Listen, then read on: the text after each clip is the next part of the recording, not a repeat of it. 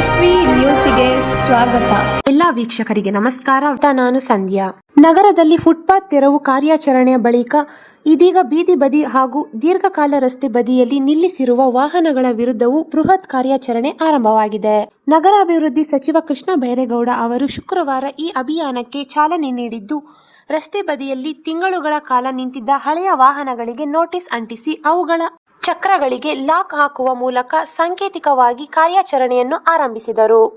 Greater Bengaluru ಆಡಳಿತ, ಸಂಚಾರಿ ಪೊಲೀಸರು ಹಾಗೂ ಪಾಲಿಕೆ ಅಧಿಕಾರಿಗಳ ಸಂಯುಕ್ತ ಕಾರ್ಯಾಚರಣೆಯಲ್ಲಿ ಮೊದಲ ಹಂತವಾಗಿ ಗುರುತಿಸಲಾದ ವಾಹನಗಳ ಮಾಲೀಕರಿಗೆ 7 ದಿನಗಳ ಗಡುವು ನೀಡಲಾಗಿದೆ.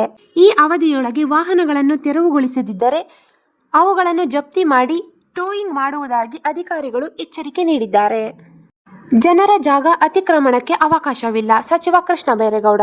ಕಾರ್ಯಾಚರಣೆ ಬಳಿಕ ಮಾಧ್ಯಮಗಳೊಂದಿಗೆ ಮಾತನಾಡಿದ ಸಚಿವ ಕೃಷ್ಣ ಬೈರೇಗೌಡ ಅವರು, ಸುಮಾರು 15 ದಿನಗಳ ಹಿಂದೆಯೇ ರಸ್ತೆ ಬದಿಯಲ್ಲಿ ಬಿಟ್ಟಿರುವ ವಾಹನಗಳನ್ನು ತೆರವುಗೊಳಿಸುವಂತೆ ಸಾರ್ವಜನಿಕರಿಗೆ ಮನವಿ ಹಾಗೂ ಎಚ್ಚರಿಕೆ ನೀಡಲಾಗಿತ್ತು. ಆದರೂ ಅನೇಕರು ವಾಹನಗಳನ್ನು ಸಾರ್ವಜನಿಕ ರಸ್ತೆಯಲ್ಲೇ ಬಿಟ್ಟು ಹೋಗಿದ್ದಾರೆ. ಇದರಿಂದ ಸಾರ್ವಜನಿಕರಿಗೆ ಓಡಾಡಲು ತೊಂದರೆಯಾಗುತ್ತಿದೆ. ಸಾರ್ವಜನಿಕ ಆಸ್ತಿಯನ್ನು ಖಾಸಗಿ ಉದ್ದೇಶಕ್ಕೆ ಬಳಸುವುದು ಕಾನೂನು ಉಲ್ಲಂಘನೆಯಾಗಿದೆ ಎಂದು ಹೇಳಿದರು. ತಿಂಗಳುಗಟ್ಟಲೆ ರಸ್ತೆ ಬದಿಯಲ್ಲಿ ನಿಂತಿರುವ ಹಲವು ವಾಹನಗಳ ಮಾಲೀಕರು ಯಾರು ಎಂಬುದೇ ಪತ್ತೆಯಾಗದ ಪರಿಸ್ಥಿತಿ ಇದೆ.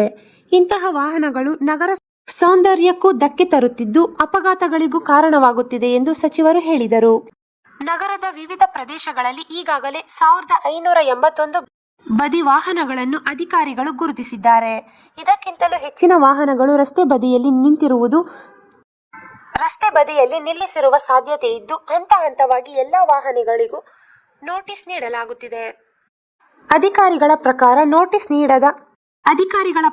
ನೋಟಿಸ್ ನೀಡಿದ ದಿನದಿಂದ 1 ವಾರದೊಳಗೆ ವಾಹನ ಮಾಲೀಕರು ವಾಹನವನ್ನು ತೆರವುಗೊಳಿಸಿ ₹500 ರಿಂದ ₹1000 ಒಳಗೆ ದಂಡ ಪಾವತಿಸಿದ್ದಲ್ಲಿ ವಾಹನ ಮರಳಿ ಪಡೆಯಬಹುದು ಎಂದು ಹೇಳಿದ್ದಾರೆ. ನಿಗದಿತ ಅವಧಿಯೊಳಗೆ ವಾಹನವನ್ನು ತೆರವುಗೊಳಿಸದಿದ್ದರೆ ಅದನ್ನು ಟೋಯಿಂಗ್ ಮಾಡಿ ಜಪ್ತಿ ಮಾಡಲಾಗುತ್ತದೆ.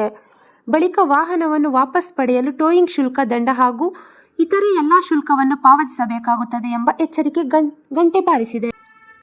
ಜಪ್ತಿ ಮಾಡಿದ ವಾಹನವನ್ನು ಮಾಲೀಕರು ಮರಳಿ ಪಡೆಯದಿದ್ದರೆ ಪತ್ರಿಕೆಯಲ್ಲಿ ಸಾರ್ವಜನಿಕ ನೋಟಿಸ್ ಪ್ರಕಟಿಸಿ 15 ದಿನಗಳ ಕಾಲ ಕಾಯಲಾಗುತ್ತದೆ. ಆ ಅವಧಿಯಲ್ಲೂ ಯಾರು ವಾಹನ ಹಕ್ಕು ಕೇಳದಿದ್ದರೆ ವಾಹನವನ್ನು ಸಾರ್ವಜನಿಕ ಹರಾಜು ಮೂಲಕ ಮಾರಾಟ ಮಾಡಲಾಗುತ್ತದೆ.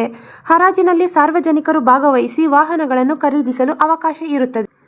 ಸಂಚಾರ ಸುಗಮಗೊಳಿಸುವ ಉದ್ದೇಶದಿಂದ ಈ ಕಾರ್ಯಾಚರಣೆ ಮುಂದುವರಿಯಲಿದೆ ಎಂದು ಅಧಿಕಾರಿಗಳು ತಿಳಿಸಿದ್ದಾರೆ.